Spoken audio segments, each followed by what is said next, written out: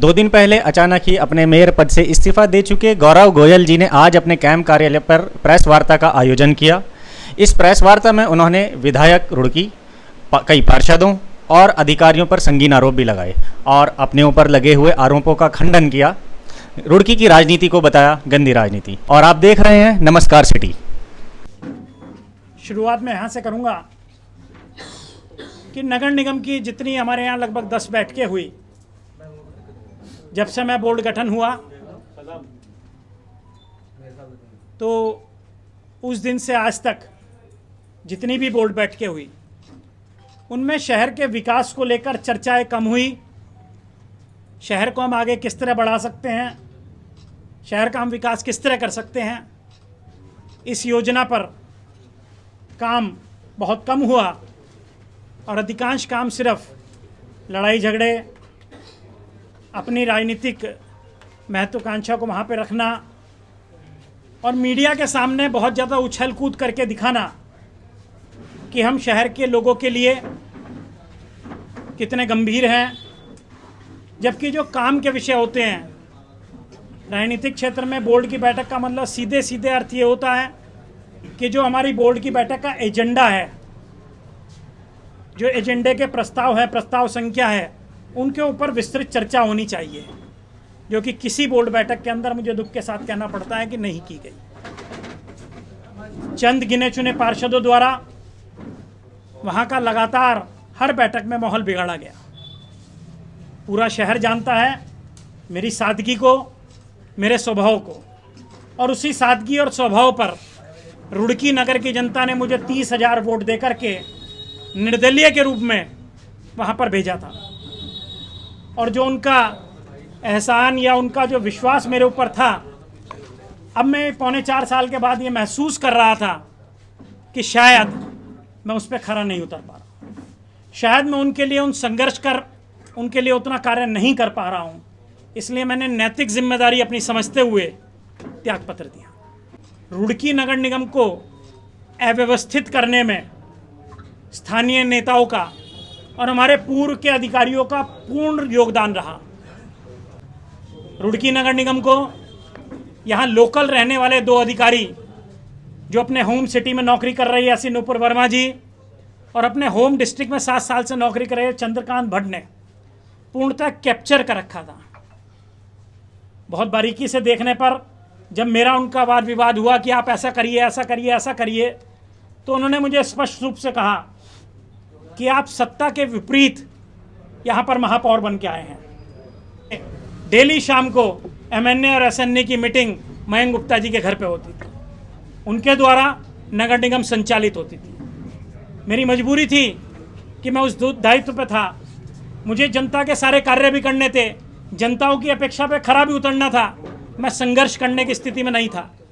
ये इस नगर निगम को डिस्टर्ब करने में जितना योगदान पूर्व अधिकारियों का रहा, उससे कहीं योगदान अधिक आज प्रदीप बत्रा जी का है।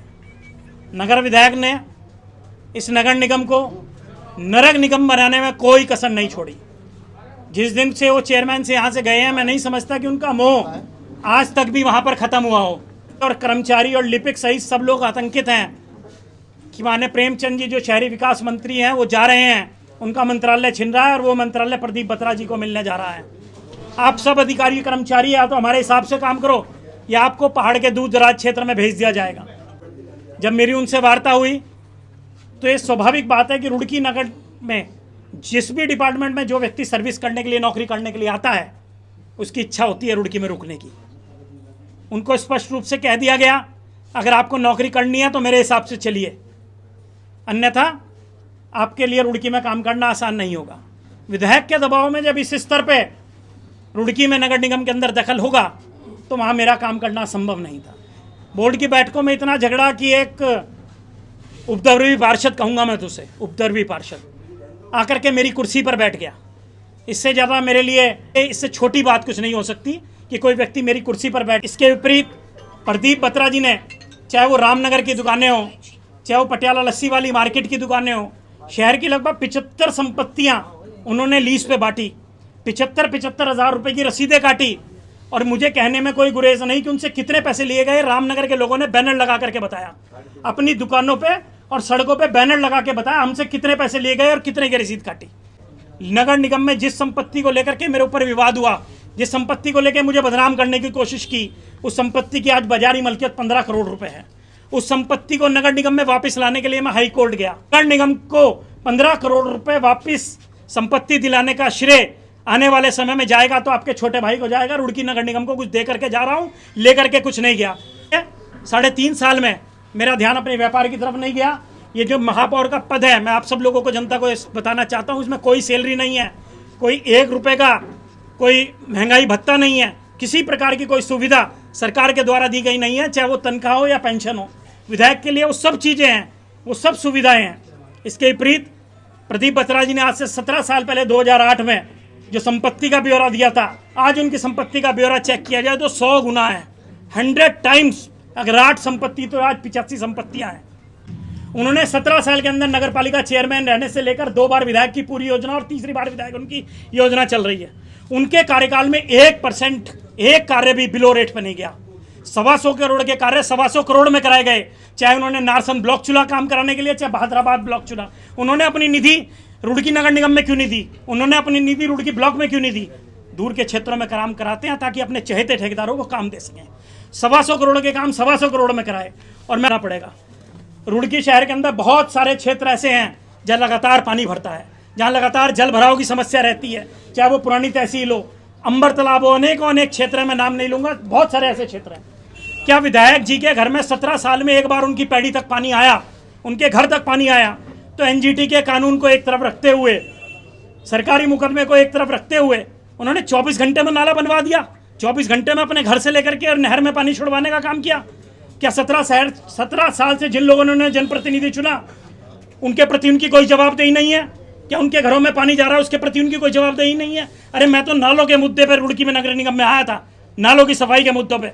और शहर की जनता बता सकती है, आम जनता बता सकती है कि शहर के इन 3 सालों के अंदर जो नालों की सफाई मैंने कराई वो पिछले 50 साल में हुई क्या? ये दुर्भाग्य है इस रुड़की का।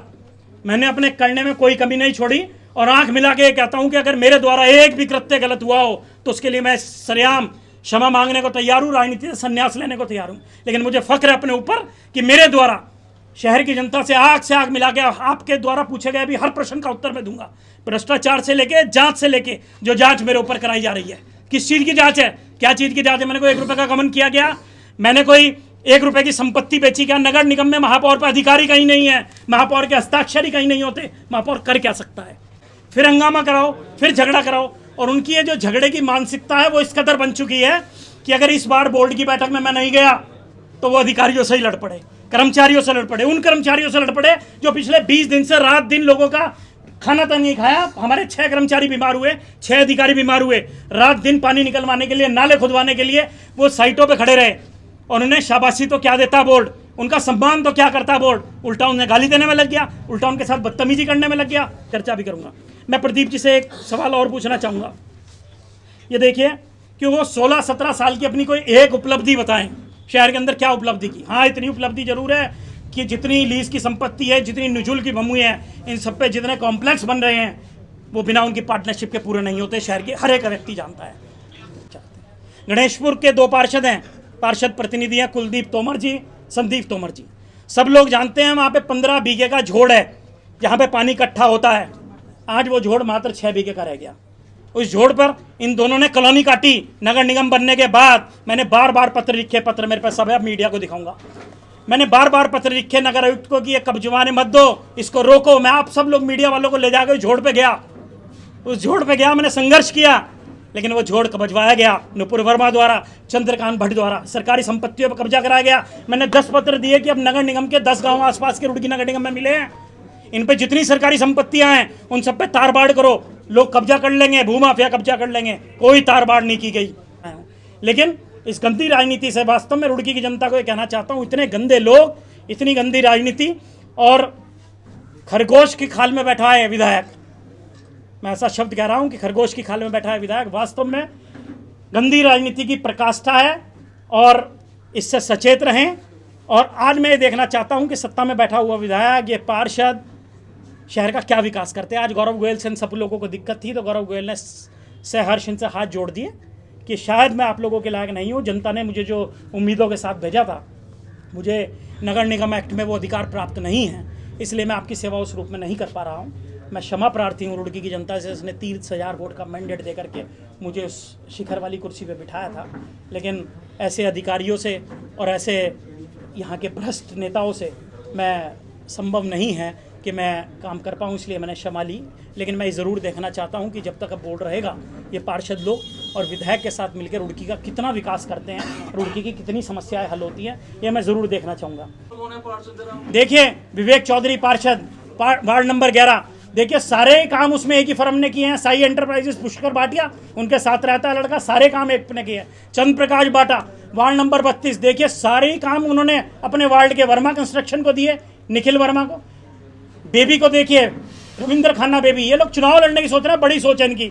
वार्ड नंबर 7, क्या कारण है, ललित ट्रेडिंग कंपनी उनके दामाद की, सारे ही काम उनके वार्ड के वही फर्म करती है। ऐसे अनेकों लोग हैं, किस किस का नाम लूँ, कोई झोड़ कब्जा रहा है, कोई सरकारी भूमि का इस्तेमाल कर रहा है, कोई कुछ कर रहा है। बहुत बुरी स्थिति है पार्षदों की, और इनके अंदर सबसे ज़्यादा जो कूटनीति और रणनीति करने वाले पार्षद हैं, जिनकी गंदी सोच है, जिनका सोच यह है कि शहर का विकास ना हो, उसमें विवेक चौधरी, धीरज पाल, राकेश गर्ग, कुलदीप तोमर, संजीव तोमर, बेबी खन्ना, चंद्र प्रकाश बाटा। कि शहर की सड़कें 2 महीने नहीं चल रही, आप सब गवाह हैं, रुड़की नगर की जनता गवाह है। बताइए सड़कें कितनी खराब बन रही है रुड़की में, 2 महीने 6 महीने में सड़क नाली सब टूट रही। मैं फाइलों पे लिखता हूँ IIT से जांच कराएं, रुड़की में विश्व प्रसिद्ध संस्थान है IIT, उससे जांच कराए। 250 फाइलों पे लिखा, नुपुर वर्मा ने सिर्फ 25 फाइलों की जांच कराई, जिसमें से 22 की रिपोर्ट खराब आई, 225 के बिना जांच कराए भुगतान कराया।